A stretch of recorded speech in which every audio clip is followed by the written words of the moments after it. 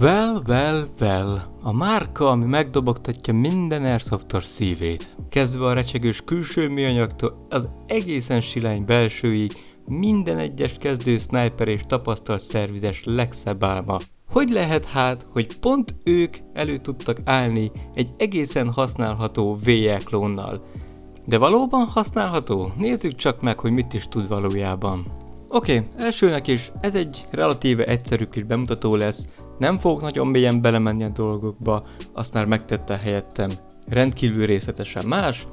Inkább egy egyszerűbb, felhasználói szemszögből szeretném bemutatni a Well G74B nevezetű puskáját, ami egy AK-74M-nek lenne a gázos verziója. Külső tekintetében az árához képest teljesen rendben van, a gázblokk markolat, testtusa teljesen stabil, minden a helyén, a műanyag előagy nem recseg vagy mozog. Egyebet tekintve pedig egy teljesen átlagos AK replikát kapunk, pár kivételt tekintve. Például az első irányzék csak magasságban, oldalirányban nem állítható. Kapunk cserébe viszont egy stabil szíjakasztót, amit a gázdugattyút leszerelve a másik oldalra is átszerelhetünk. A hátsó irányzékon jelölés nincsen, mondjuk Airsoftban ennek úgysem fogjuk használt venni, pusztán csak az autentikusságot szolgálja. Ezzel sajnos a lista nem áll meg, folytathatjuk a Mazubreak-kel, ami lötyög, illetve anyagminőségre is láthatóan elüt a többitől. Nem tűnik rossznak, de itt van igazítani való, illetve ami sajnos jelentősebb és fontosabb probléma, az az, hogy a tűzváltókar is mozog, és ennek következtében sajnos félautomata funkció sincsen a jelenlegi puskában. Amik azok pedig az, hogy még a legalsó pozícióban sem engedi a tűzváltó mozogni a disconnektort.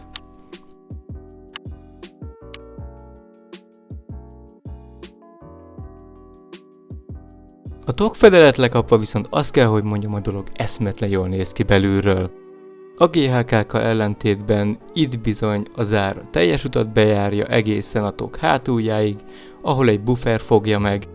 Ez a buffer pedig jelentős javításokon esett át az elmúlt pár évben, ugyanis most már megfogja a rugóvezető.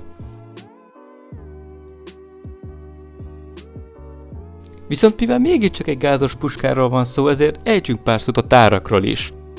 Itt eléggé vegyes érzelmeim vannak, mondjuk azt úgy elsőre, hogy működnek. Külsőre a műanyag borítás nagyon gyenge. Ez az első elejtésnél kb. El fog törni, de itt a legnagyobb problémát nem ez fogja jelenteni, hanem az, hogy az első pár használat után egyszerűen elkezd ereszteni a tár. A test három része közt lévő szigetelő gyűrűk az, amik irdatlan gagyi minőségűek, viszont ezeket cserélni körülbelül 10 perces munka, egy 28x1,5 mm vastagságú, szinte bárhol kapható ógyűrűvel javítható hiba.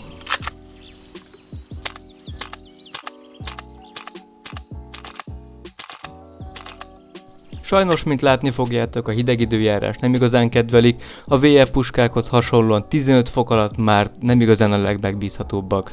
A CO2 tárat pedig klónozásnál fogom megmutatni, de előjáróban csak annyit, hogy teljes pénzkidobás az egész, érdemes csak a gringázzal foglalkozni.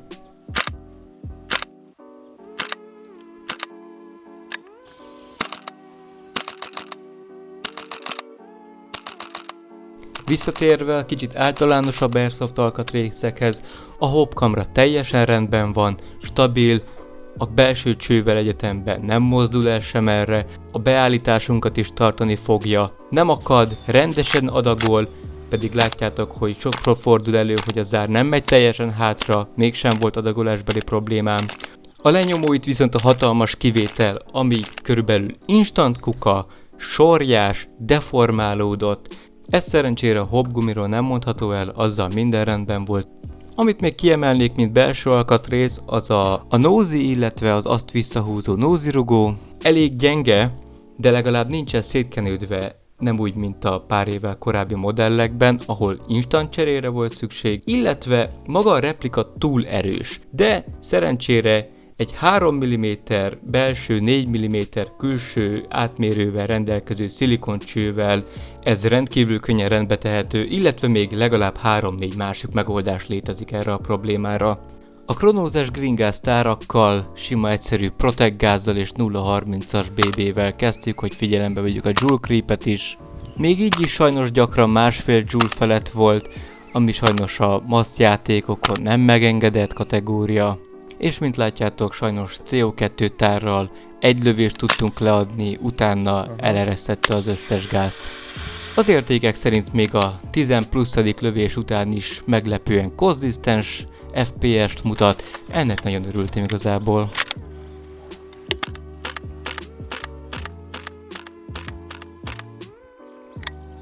Sajnos az időjárás nem volt valami kegyes velünk, kőkemény 9, maximum 11 fokban tudtuk csak kipróbálni a puskát videózás közben.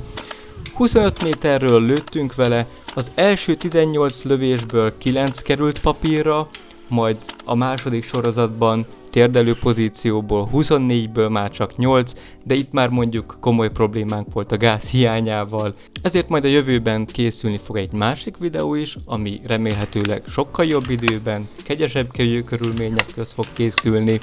Viszont amikor működik, akkor azt kell, hogy mondjam, hogy maga a lőtáv és a lőkép teljesen átlagos, az FPS, mint láttátok a kronózás során. Konzisztens, így azt kell, hogy mondjam, hogy nagyon kellemesen csalódtam a használata során. Most pedig lássuk a pro és kontra listát a G74B-t illetően.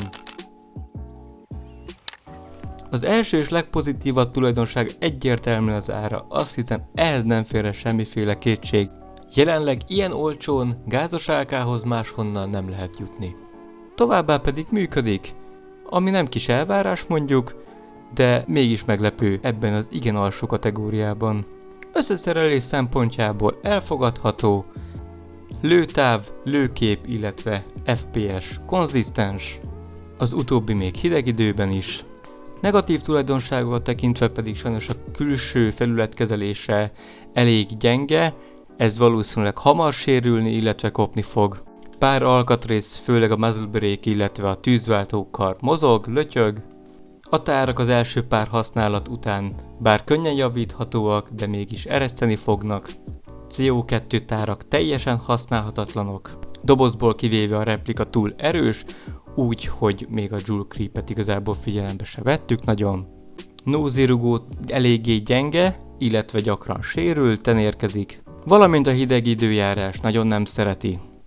Mindezeket figyelembe véve, főleg a negatív tulajdonságok listájának hosszát, mégis azt mondanám, hogy ajánlom a Well G74B puskáját, ugyanis számomra, illetve gondolom sokak mások számára is ennél tökéletesebb kezdőkategóriájú GBBR jelenleg nincsen a piacon. Természetesen további véleményeket, illetve tapasztalatokat várok a kommentekben. Köszönöm a megtekintéseket, srácok, találkozzunk a következő videóban. Addig is jó játékot, és sziasztok!